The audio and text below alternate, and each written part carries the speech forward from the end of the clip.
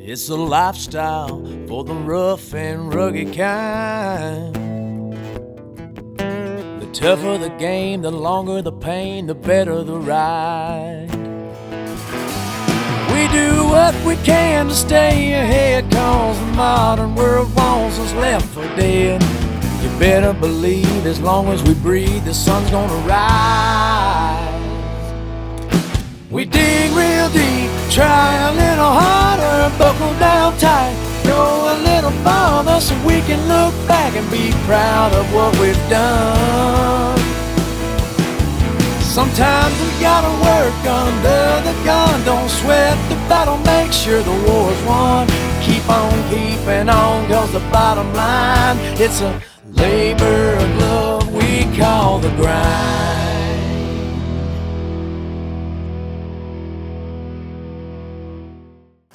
The Grind Waterfowl TV is brought to you by Canadian Waterfowl Supplies,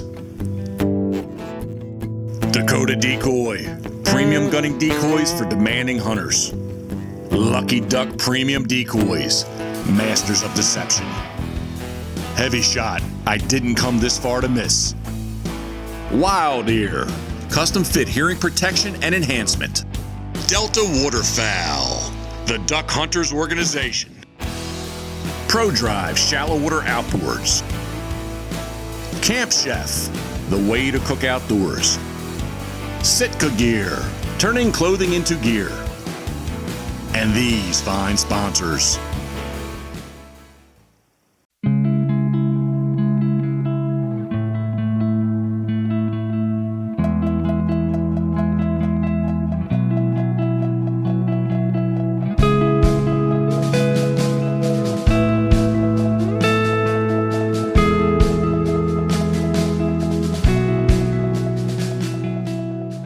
We are on day 3 in central Kansas with High Caliber Outdoors, and what we're doing this morning, we got a little loafing pond that they had opened up with an ice eater a couple days ago. Got a little colder last night, froze again. We got the ice eater running. We're getting a nice little hole opened back up. We're going to create a little black mob on the shoreline, try and slam some Kansas honkers.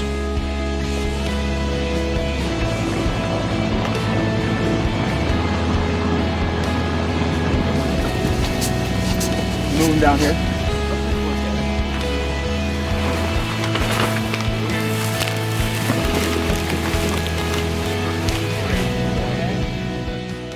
A lot of you guys already know this, people out there that use ice heaters, but ice heater isn't just for using it to cut ice and get ice out of your hole.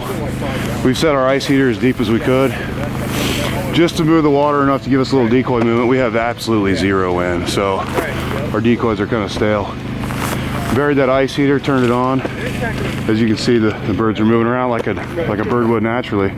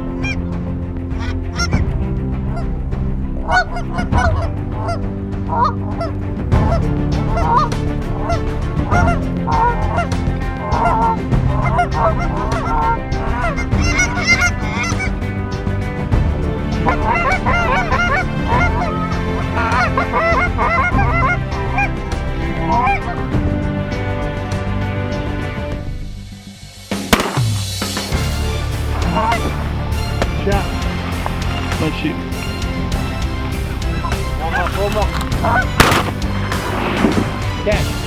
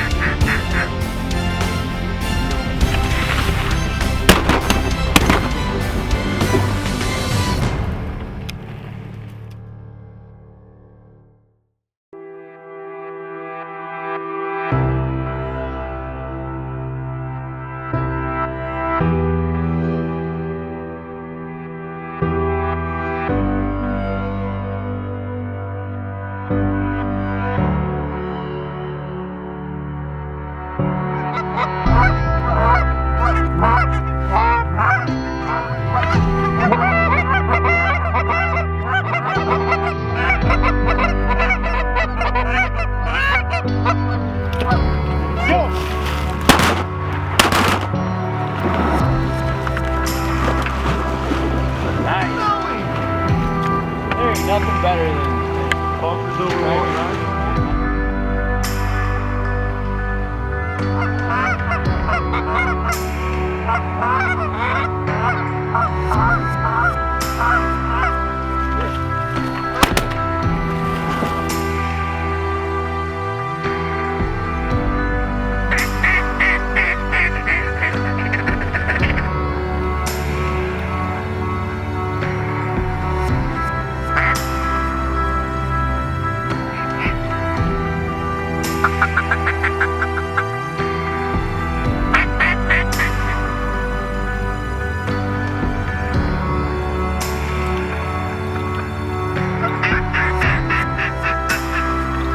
Go!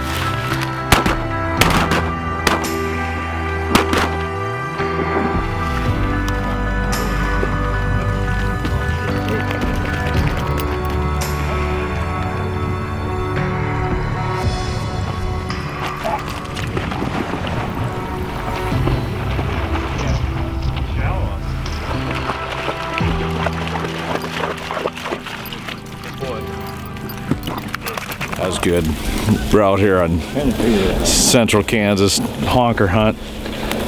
Adam seemed to find some mallards for us too. He knows I'm a duck guy, so he's always looking out for me. Right, Gilkey? I try to. He's addicted to ducks. Honkers are easy, mallards are tough. Where you stand? Yeah, right.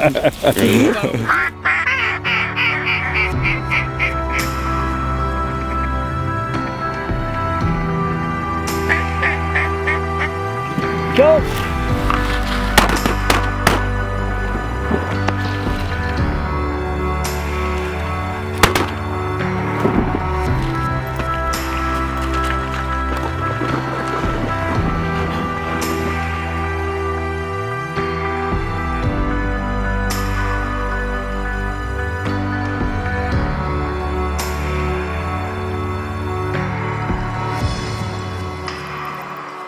We shot a few geese.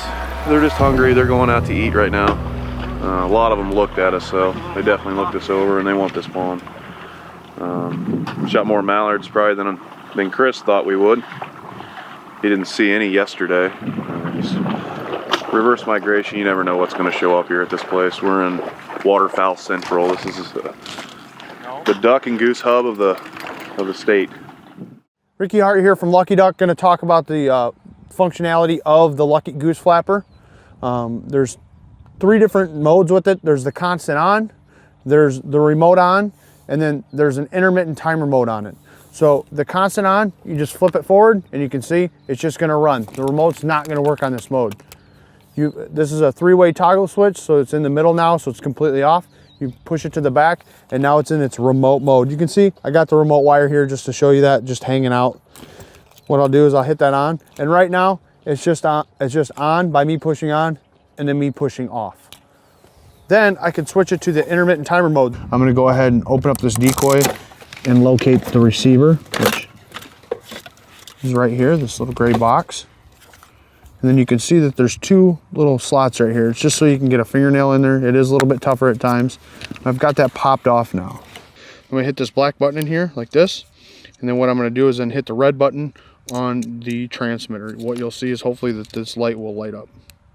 So now that that's lit up, that means that that goose is synced. We also have our timer switch in here. This is an intermittent timer. It works on the remote side. Right now it's on, push button on and push button off. So I'm gonna go ahead and flip this timer up, put my cover back on, slide that back in the decoy. Then what you'll see is it's gonna be on the remote side. I'm gonna go ahead and push this on. It's gonna run for 3 seconds on, and then it's gonna stay off for 10 seconds. Now you can push this on and off again as much as you want, but just remember, it's gonna only run for 3 seconds at a time.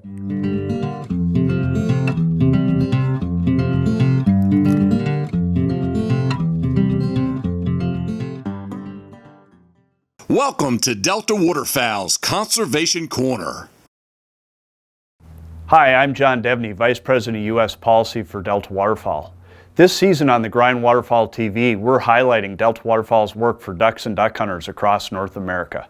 I think most duck hunters are surprised by the fact that well over 90% of the ducks, probably closer to 95% of the ducks that enter the fall flight each year, are coming off of private lands.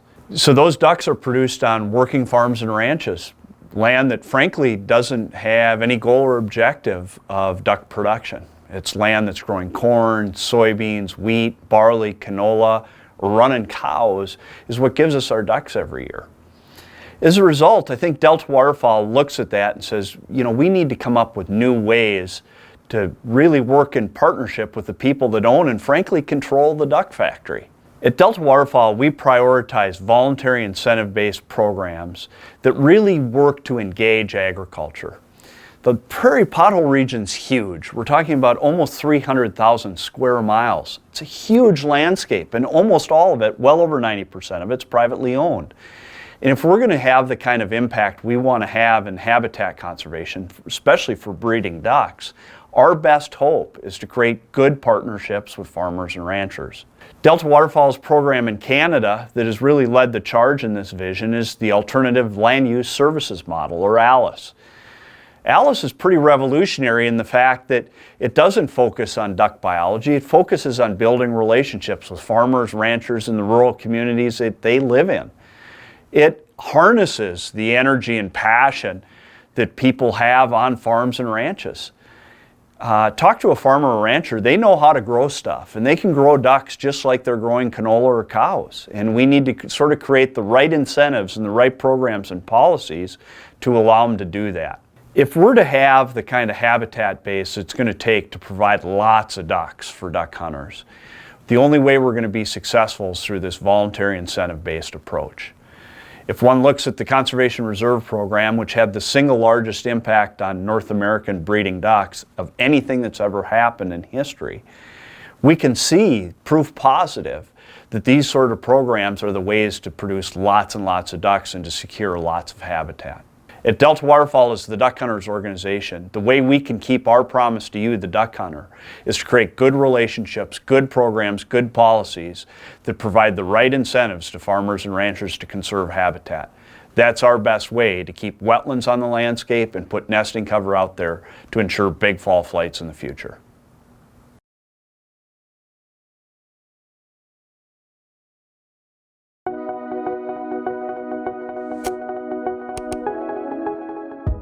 Well, we're on day 3 of our central Kansas hunt with High Caliber Outdoors. So we shot some honkers this morning, and we've got a field mallard hunt about to take place. Ducks have been coming kind of late. We were out here 2 days ago and they came kind of early, so we got set up early. And here we sit, and we're just waiting out the mallards. So they should be here pretty quick.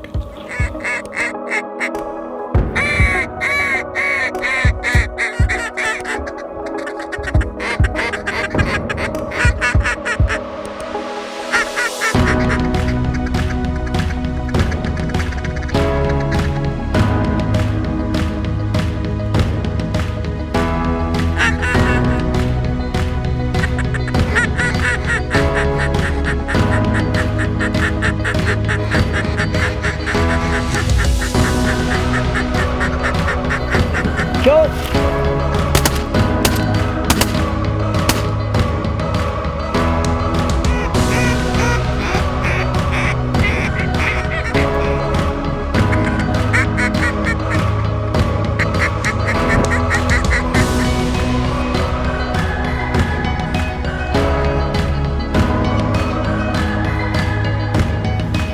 Go!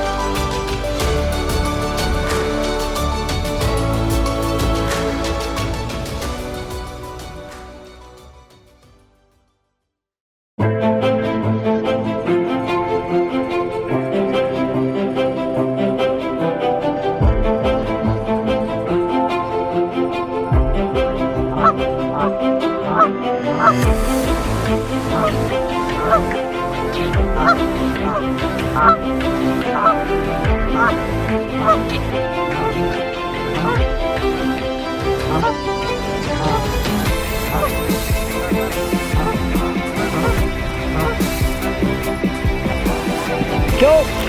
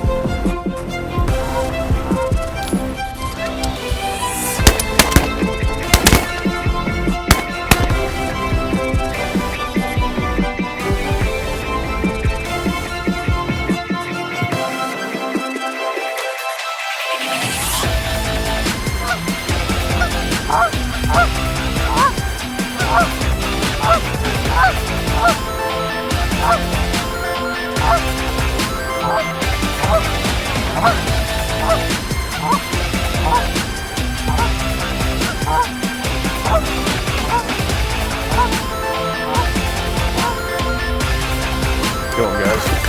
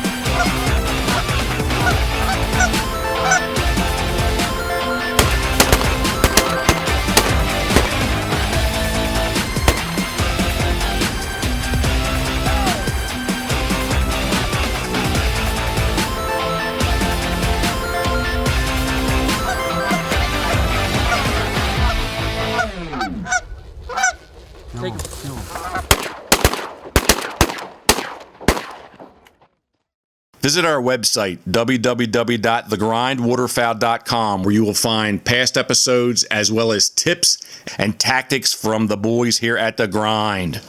Follow The Grind on Facebook, Twitter, Instagram, and YouTube.